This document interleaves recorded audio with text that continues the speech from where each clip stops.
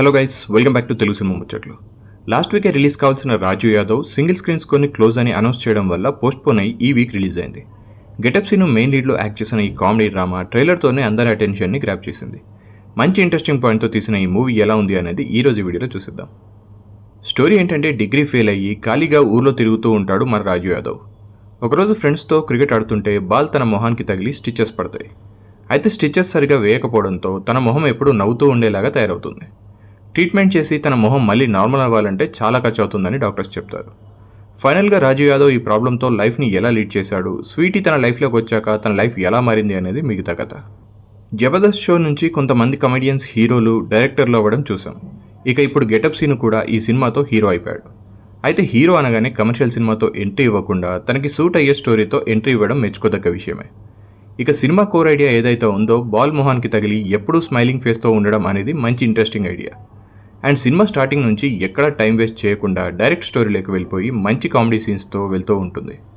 చూస్తున్నంతసేపు cinema మొత్తం ఇలానే ఉంటుందేమో అనిపిస్తుంది. కానీ ఎప్పుడైతే హీరోయిన్ ఎంట్రీ అయ్యి వీళ్ళిద్దరి ట్రాక్ స్టార్ట్ అవుతుందో అప్పటి నుంచి రొటీన్గా, బోరింగ్గా మారిపోతుంది.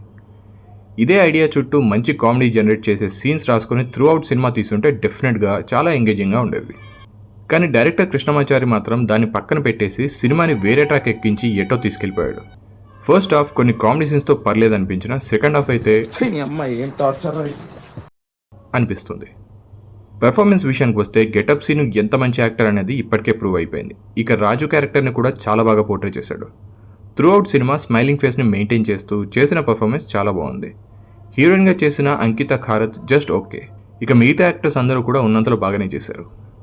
డెబ్యూ డైరెక్టర్ కృష్ణమాచారి తీసుకున్న ఐడియా బాగుంది. స్టార్టింగ్లో కామెడీ సీన్స్తో ఎంగేజ్ చేసిన ఆ తర్వాత రొటీన్ లవ్ ట్రాక్తో ఒక బోరింగ్ సినిమాని మనకు అందించాడు. టెక్నికల్గా Raju Yadav just okay. Arjun Reddy fame Harshavardhan Rameshwar సాంగ్స్లో రాజు యాదవ్ టైటిల్ సాంగ్ పర్వాలేదు. సురేష్ బొబిలి బ్యాక్గ్రౌండ్ స్కోర్ అక్కడక్కడ బాగానే ఉంది. Sairam Uday cinematography just okay. ఓవరాల్గా రాజు యాదవ్ బిలో యావరేజ్ సినిమా. గెటప్ సీను పర్ఫార్మెన్స్ కోసం ఒక్కసారి చూడొచ్చు.